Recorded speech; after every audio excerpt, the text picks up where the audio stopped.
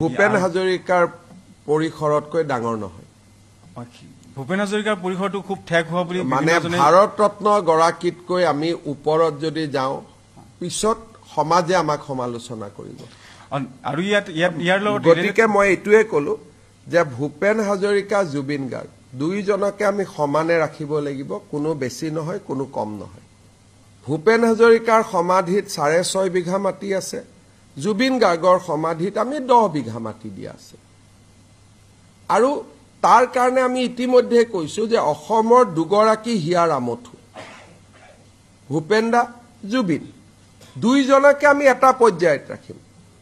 আৰু বৰঞ্চ সময়ৰ লগত খাপ খুৱাই জুবিন গাৰ্গৰ সমাধিত আমি বেছি মাটি দিছো এটা আপোনালোকে যদি মোক কয় যে সোঁফালেও যাওক বাওঁফালেও যাওক ওপৰলৈকে যাওক তেনেকেতো নহব নহয়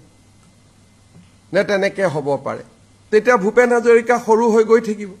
তানে আপোনালোকে যেনে তেনে জুবিনক বিতৰ্কত ৰাখিব খোজে বিতৰ্কটো অশোক সিংহালৰ বিতৰ্ক হ'ব লাগে তা জুবিনক কিয় হাঙুৰি ল'ব লাগে তেনেকে কলেটো তা জয়ন্ত বৰুৱাৰো মাটি আছিল ট্ৰাইবেল বেল্ট এণ্ড ব্লকত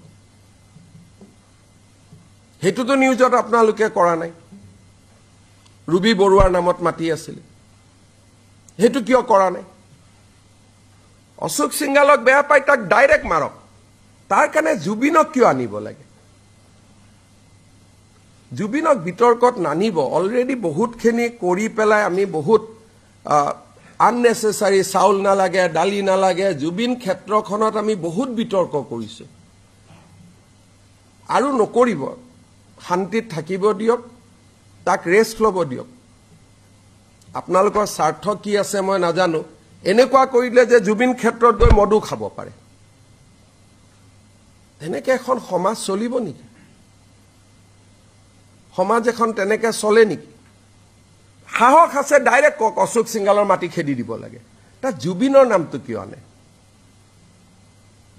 পিছফালে তো ডন বস্কোৰো মাটি আছে কক যে ডন বস্কো খেদি দিব লাগে